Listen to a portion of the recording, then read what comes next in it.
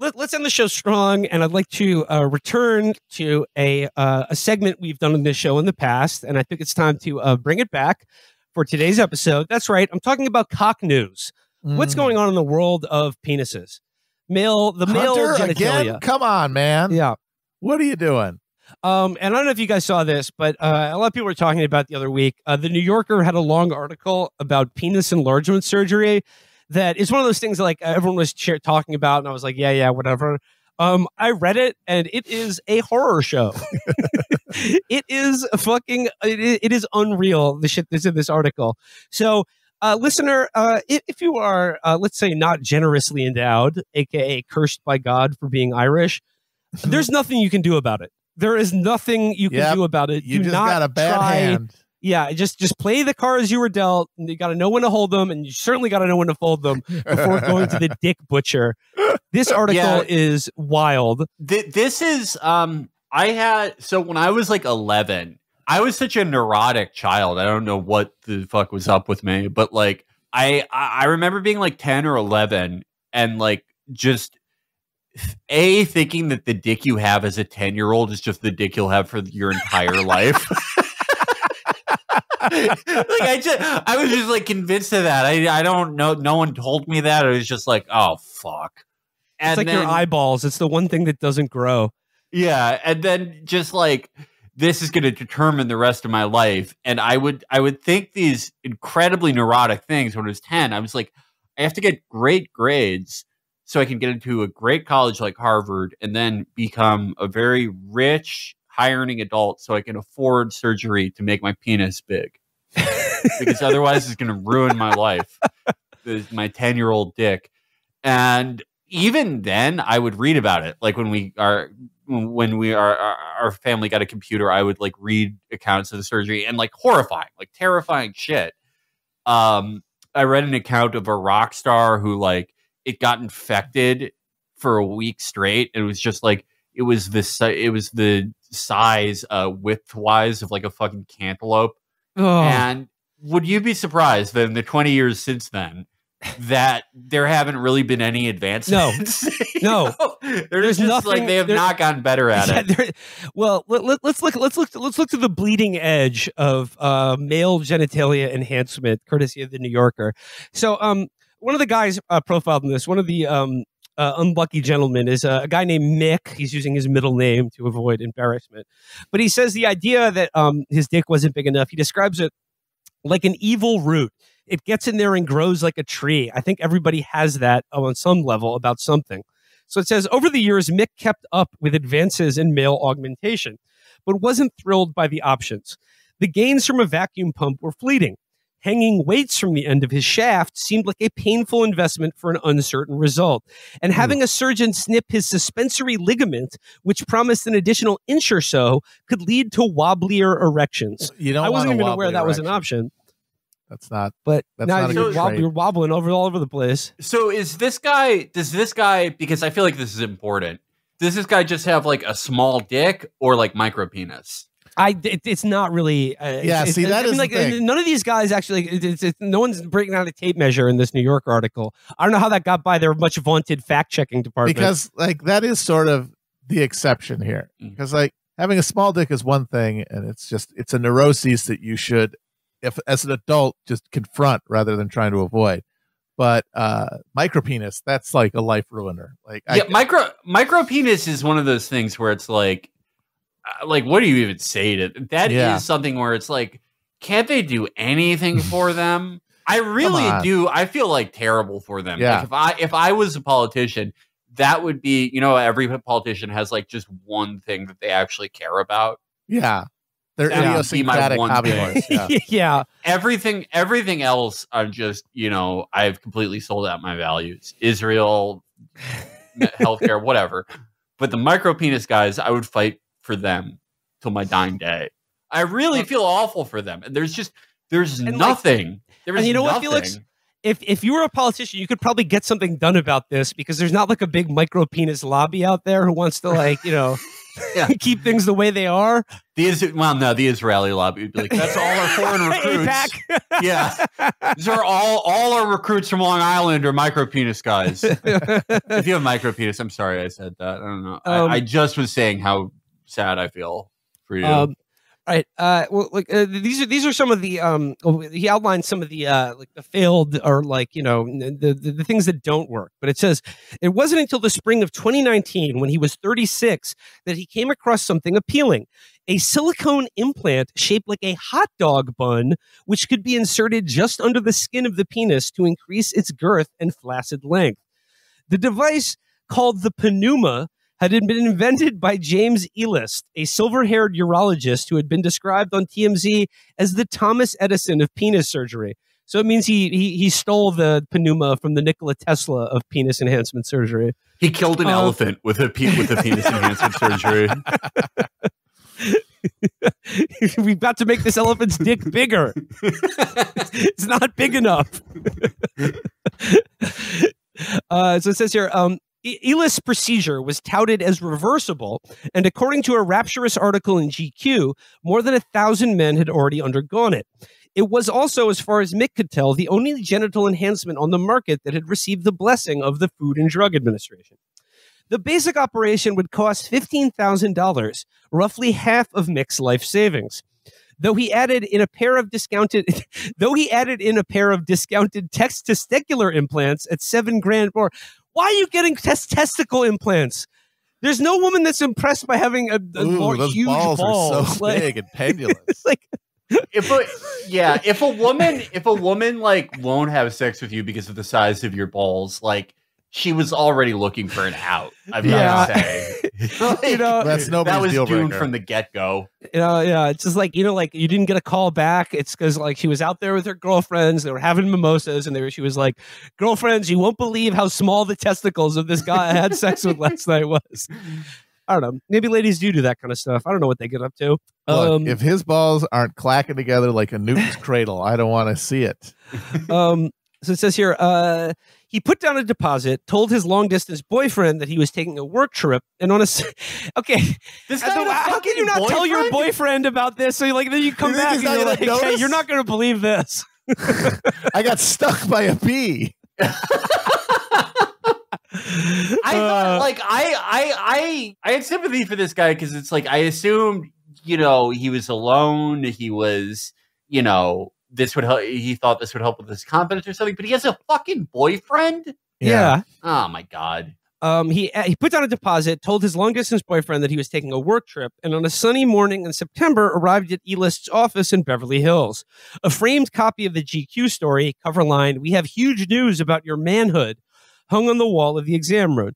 Elist strode in, directed Mick to drop his pants, and rolled Mick's scrotal sack appraisingly between his fingers as though it were a piece of fruit at a market stall. Dear Lord. So it says here, Elist's hands seemed reassuringly delicate, but Mick wanted to see the implant before it was put inside him. The surgeon clicked open a briefcase containing 3 translucent sheaths: large, extra large, and extra, extra large. The device felt stiff to Mick's touch, but Elist told him that over time it would soften to the consistency of a gummy bear. Is this one of the Haribo gummy bears, or is this like, I need some details on this. Okay. So it said, the operation took place the same morning in an outpatient clinic up the street. In a pre-op room awaiting his turn, he watched Rush Hour in its entirety on a flat screen TV. I think like Rush Hour would be the perfect movie to watch before you were potentially getting your dick mangled for life or going under general anesthesia that you may not wake up from. I just think, that'd be a good thing to, but like also, I mean, this is your dick you're talking about. I know this isn't like, getting open heart surgery or whatever, but like, I'd probably be more careful about like a same day operation as the consult at an outpatient clinic where they let you watch Rush Hour. I would not entrust my dick to anyone like that. Yeah, I would want the finest and most reputable doctors to do the dick surgery. Can show me. I want the pre-op room to have Criterion Channel so I can watch something something wholesome and artistic before my dick is permanently destroyed. When the surgery was over, Mick, still groggy from the general anesthesia, took an Uber to a Motel 6 near the airport, where he spent the next 5 days alone on his back, his penis mummy-wrapped in gauze. Morning erections were excruciating. Sharp jolts seized his crotch whenever he peed, which he could only do by leaning over the bathtub. I mean, we've all, trying to pee with a morning wood is always a nightmare. But imagine doing that for 5 days straight every time you needed to urinate, and it felt like razor blades were passing through your urethra. So it said he'd anticipated some discomfort, but when he changed his gauze, he was starting to see the corners of the implant protruding under the skin like a misplaced bone. Come on, man. Come on, man. God, dude. Oh, God. Back in Seattle, the pneuma's edges continued to jut out, particularly on the right side. Although the testicular implants looked fine. Thank God for that. Oh, yeah. All right, good. Phew. Mission You got those meaty accomplished. clackers now, at least. He decided not to tell his boyfriend about the operation. Talking to him would only make it seem more real, and he wasn't yet prepared to entertain the possibility he'd made a terrible mistake.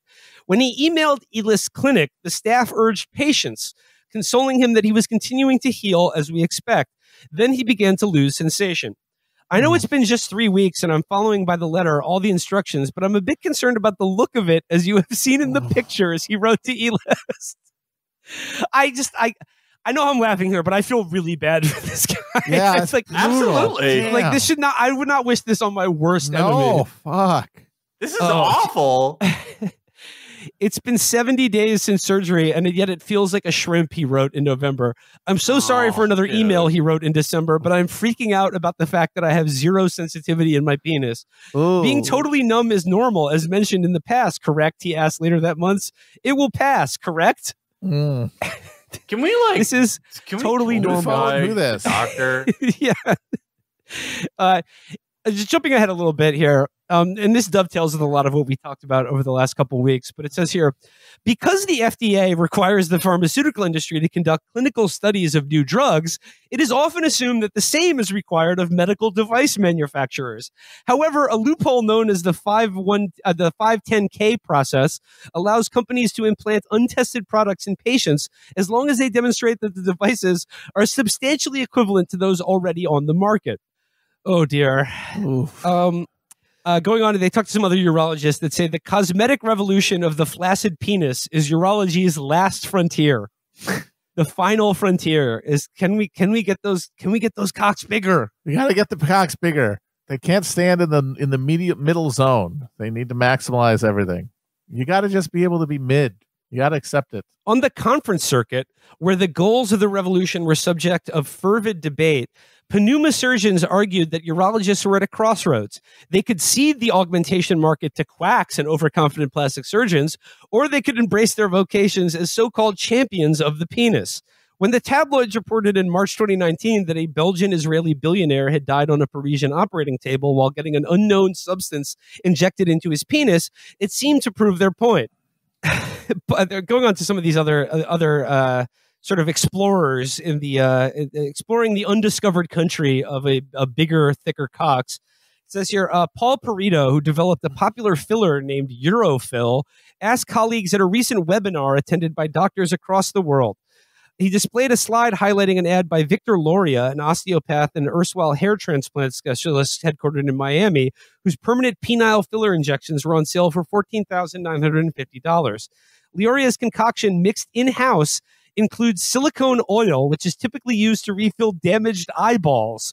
Perito described Loria's methods as practically criminal, but Loria, who self-identifies as the highest volume permanent penile filler administrator in the nation, I'd like that on a t-shirt, please, denies unethical conduct, but defends safety record of his product and told me that Perito and his bandits were just upset that he'd stepped into the urologist's sandbox. What the pneuma promised the urologist He's disrupting dicks, literally. Yeah. So it says, what the pneuma promised the urologist was effectively what it promised patients, the chance to make it even bigger. Inserting an inflatable penile prosthesis to treat erectile dysfunction brings a surgeon around $800. For the pneuma procedure, which is not covered by insurance, the same surgeon could pocket 6 times as much. In the paperwork Mick had initialed on the day of his surgery, a clause said, "The clinic highly discourages seeking information elsewhere on the information provided, as the information provided can be false, misleading, and inaccurate." One day, though, Mick opened a Google and searched E-list, Pneuma, and Numb. Really? Here are some more horror stories in case you didn't feel bad enough already. A truck driver whose device dug into his pubic bone told me that he felt like a prisoner in my own body. An executive at an adhesive company who hid his newly bulging crotch behind a shopping bag when walking his dog began to have nightmares in which he'd castrated himself. A sales specialist at an industrial supply store sent me his diary, which imagined E-list as its addressee. "I wish you could have told me I would lose erect length," he wrote. "I wish you would have told me it could shift and pinch my urethra and make it difficult to urinate." Oh. Dude. But like, God, wait, there's one more. It was tricky to bend over and tie the laces of winter boots, tricky to slip on a condom, tricky to sleep in a comfortable position, tricky to stretch, tricky to spoon. "It makes you look like you're always semi-erect," a health spa vice president said of the Pneuma. "I couldn't let my kids sit on my lap. I couldn't jump on the trampoline with them. I even This felt guy like a had pervert." fucking kids? Yeah. Why are you Okay, doing this? I feel bad Why for are him, you but it's like, doing you have this? fucking kids. Why are you doing this? Yeah, you should just Your deal dick with already the penis works. you It's have. already done the. You won, works. homie. It functions. Imagine if you fucking died on the operating table. You'd be the first case of like 3 siblings all becoming mass shooters. That is like a level of trauma beyond even like the Paddock. Yeah, family. my dad died because he wanted a bigger fucking dick. Yeah, Jesus Christ. dude. Yeah, you won, man. Like, look the good gift horse in the mouth. Jesus. But look, God. it's not all horror stories because Kaylin Strauss, a 35-year-old life coach, was thrilled. Good. A life coach likes it. It's got to be good. The 35-year-old life coach was thrilled both by the restaurant-sized pepper mill between his leg and the kilts he began wearing to accommodate it. Motherfuckers driven to utility-kilts. My God. A pepper mill? No, a restaurant-sized pepper mill. Ruby Rosa. Yeah. And then listen to this. Richard Haig Jr., a 74-year-old pastor at a Baptist church in Niagara Falls, said his implant made him feel like a wild stallion. Once again, you're 74 years old. You should not feel like a wild stallion. Your dick is fine. Jesus. For dozens of Pneuma patients who spoke to me, the shock of the new was the prelude to graver troubles. Some, like Mick, lost sensations. Others said they experienced stabbing pains in the shower or during sex. Seroma, or excess fluid, was not uncommon. When a defense and intelligence contractor's girlfriend... Okay, I'm beginning to feel less sympathy here. Yeah. When a defense and intelligence contractor's girlfriend, a registered nurse, aspirated his seroma with a sterile needle, a cup of amber fluid oozed out. The one time they tried to have sex, she told me, the corners of his implant felt like someone sticking a butter knife inside you.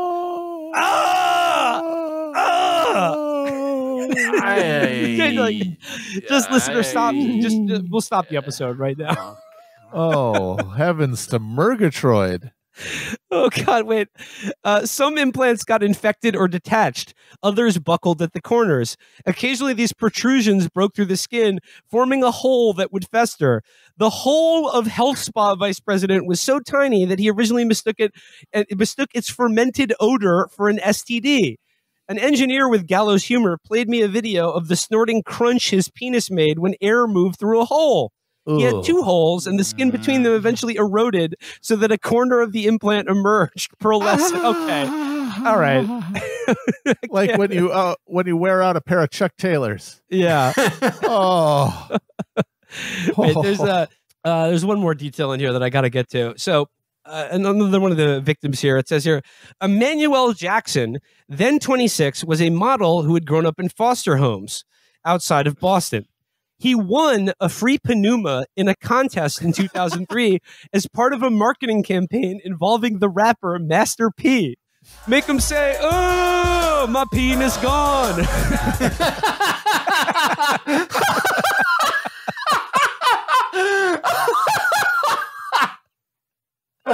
Oh man, I know what I'm going to be thinking of the next rest of my life.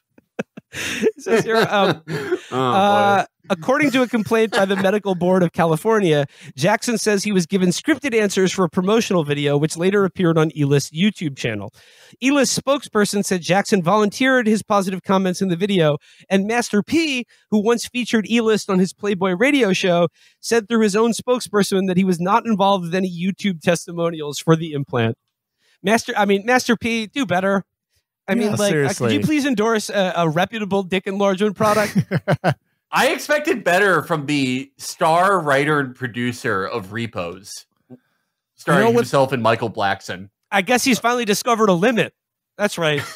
To how big your dick can be. What's wild is that it seems like technology and penis enlargement is actually going down over time, because I remember in the 80s they had this thing that would is it like a bike inflatable bike tire thing that would put into your dick, and they would put a little pump on your under your bladder, and you could literally pump it up like a pair of those shoes. And that seems like a better system than whatever the hell this is. Like the I don't Reebok, know why we transitioned here. Maybe because it's the parts are cheaper. I don't know. Some more satisfied customers. An FBI agent in his early 30s said that he was afraid he would never date again, let alone start a family, because his penis had shrunk to a stub. A Hollywood executive. Wait. So it shrunk? Yeah. It shrunk. Yeah, so he didn't sort of doing the opposite. He didn't start out with a micro penis. It just went away. Yeah, he has disappearing penis syndrome. I'm concerned. Like, this guy, I question his thought process, because if it really did shrink, it's like I'd worry less about the surgery and more that you angered a witch.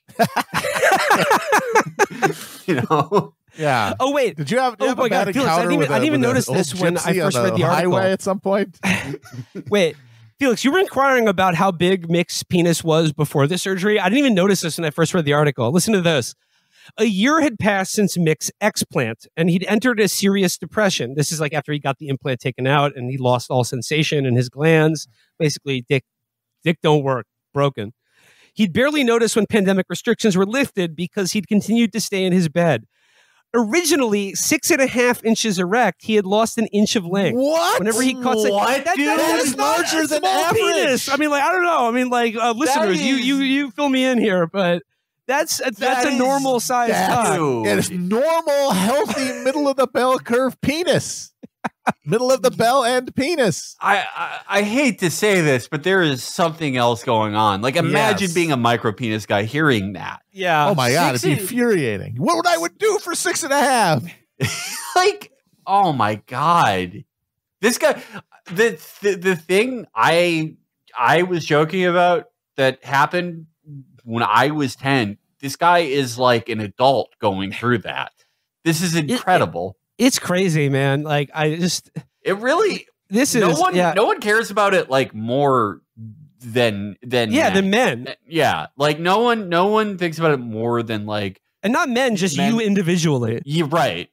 It doesn't matter to anyone else in the way that it matters to you, unless you have a micro penis, I guess.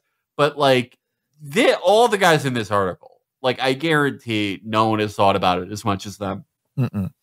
Back to the FBI agent, though. It says here an FBI agent in his early 30s said that he was afraid he would never date again, let alone start a family, because his penis had shrunk to a stub. Oh, Hollywood. Is this Havana syndrome, maybe?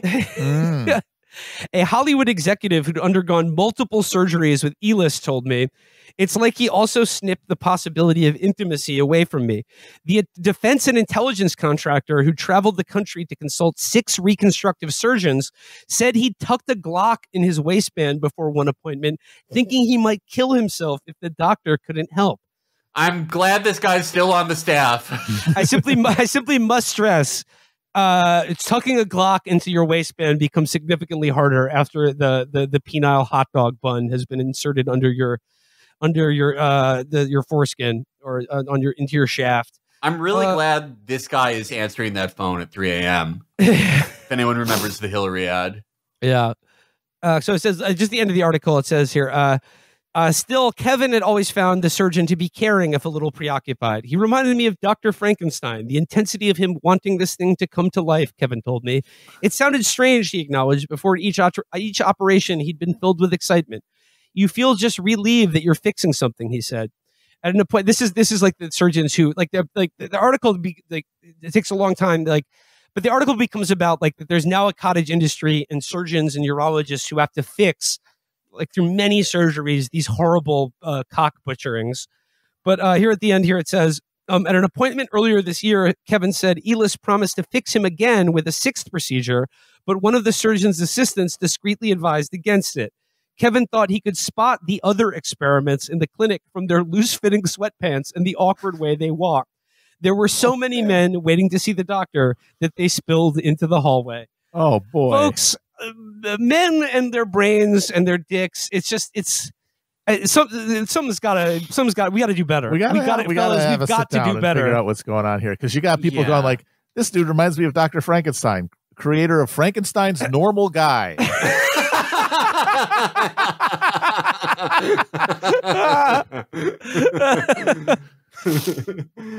Can you just stitch John Holmes's cock onto just replace mine with his? I know masturbation has been called self-abuse, but this is the definition of self-abuse. I want better for all my kings out there. And, we all got to get together and do some bro care, for God's sake. Sometimes that means a bigger, thicker cock, but sometimes it just means, just being happy with yourself. Yeah. And knowing that you're the only one who cares about this for the most part. Yeah, man, it's okay. We're all just out here trying, man, just trying our best. Few of us have giant tools. They're overrepresented in media. Yeah. If these guys could see the lives of some of the men I've known who have, 12-inch flaccid cocks, they would be grateful for their blessings. Yeah, my life is not all it's cracked up to be. This reminds me of the wisdom of a longtime friend of the show. You need to have a gorilla mindset about this kind of stuff. Absolutely. Gorillas are huge, incredibly cool dudes who bang their chests and hang out in the forest and are generally just kings. And they have the smallest genitals of any primate. They got nothing down there, and they're fine. Yeah, yeah. And then, okay, I love armadillos. That one gorilla that was dropping dick off, he was still dropping dick off. Exactly. I love armadillos. We all think they're cute, but they have some of the biggest dicks proportional to their bodies. Does their life seem good? Yeah. No. Armadillo versus They're a gorilla. Fucking skid mark on a Texas highway. Not a contest. Armadillos are abused by the world. Yep. Whereas gorillas are our secret kings. Felix, do you know actually what animal has the largest penis to as a proportion of their body size? You want to talk about an animal that's even more cursed than the armadillo? It's the barnacle. Oh, the barnacle. That sucks. That sucks because it's if they know it, if they know what dicks are socially, but then you have to live your life just being a static crust on the side of a ship. Yeah, you're never gonna meet a woman. What are you talking about, Felix? All ships are ladies. Oh, they're all over them. They meet nothing but bitches. It says here, barnacles can have penises that extend to 8 times the length of their bodies. 8 times. That is just impractical. Well, I hope everyone enjoyed that article. I hope it maybe put the fear of God in anyone considering any of these fly-by-night dick enlargement surgeries. Machi. Because that was a horror show. A horror show. Yeah, that was one of the scariest things we've ever read on the show. Just respect the cock, tame your desire to have a bigger one.